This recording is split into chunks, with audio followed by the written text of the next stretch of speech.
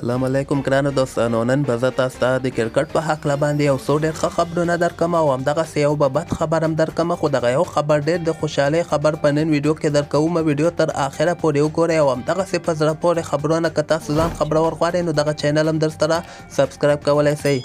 اولینی خبر به زه تاسو ته د سریلانکا پریمیر لیګ په هکله باندې زه تاسو ته وایم. سریلانکا پریمیر لیګ چې 26 نومبر باندې ترسره کیدونکی ده او د افغانستان اووه لوبغاړي لکه رحمان الله ګوربزکی، احمد حضرت الله زازی، همدغسې نوین الحق، آفتاب عالم، کریم صادق، سمیع الله شینواری دا هغه لوبغاړي دي چې دغه کال ته سریلانکا پریمیر لیګ کې به دوی لوبې ترسره کوي.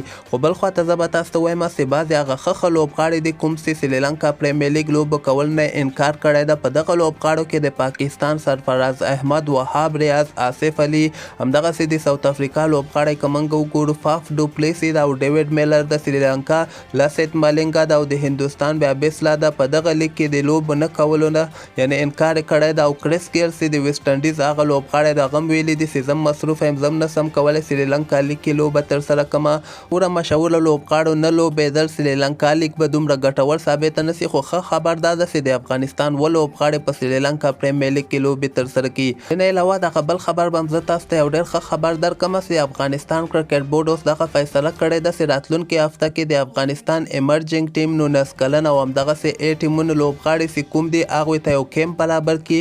همدغسې دوی به یو کیمپ ترسره کړي. همدغه کیمپ کې به تقریبا 2 هفتې یا 6 شپې دغه کیمپ دوام وکړي. دغې نه وروسته به دوی خپلو کې سره تمریناتي لوبې هم ترسره کړي. هغې نه وروسته چې کوم لوبغاړي ښه ځلیږي، بعضې لوبغاړي به ایمرجنګ ټیم ته ولیږي، بعضې لوبغاړي به 19 کلن ټیم ته ولیږي او همدغسې بعضې لوبغاړي به A ټیم او بعضې لوبغاړي به د افغانستان نیشنل ټیم کوم چې آیلینډ سره دوی یو سیریز هم په جنوري میاشتې کې ترسره کړي، د هغه سکواډ کې هم بعضې لوبغاړي اچول کېږي.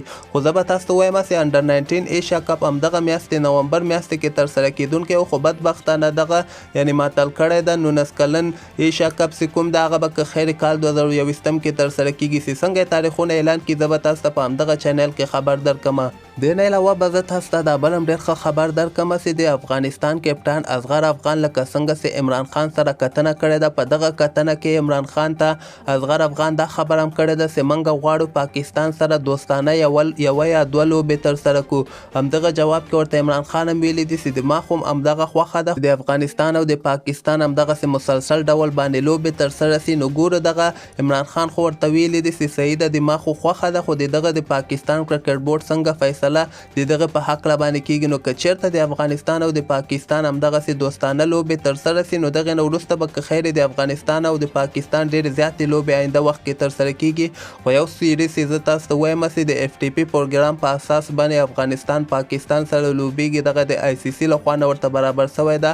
دغه به که خیر سپتمبر یا اکتوبر میاشتې کال 2020 کې که خیر ترسره کېږي. او دې نه علاوه به زه تاسو ته هغه بد خبره هم وایم چې دغه خبر داسې ده چې افغانستان کرکټ بورډ دغه لوبغاړو ته ویلي دي چې موږ خو تاسو ته اجازه درکړه چې سریلانکا پریمیر لیګ کې ولوبېږئ یا بګ بیش لیګ کې ولوبېږئ، خو چې څنګه د افغانستان دغه کیمپ شروع سي یا دغه کیمپ په هندوستان کې یا په دوبۍ کې تاسو به ډایرکټ ورته ځان را رسوئ او دغه هر څنګه لیګ کې که تاسو لوبېږئ هغه به ورته پرېږدئ. یعنې دغه باندې افغانستان کرکټ بورډ ډېرې سختې فیصلې اخیستلې دي چې موږ دوی ته اجازه ورکړې ده لکه رشید خان، مجیب زدران، محمد نبي ته. خو چې کله موږ کیمپ اعلان کړ، سکواډ هم اعلان کړ، دوی باید ډایرکټ دغه کیمپ کې ګډون لپاره دغه اسټرالیا لیګونه پرېږدي یا IPL پرېږدي او خپل ټیم سره یو ځای سي.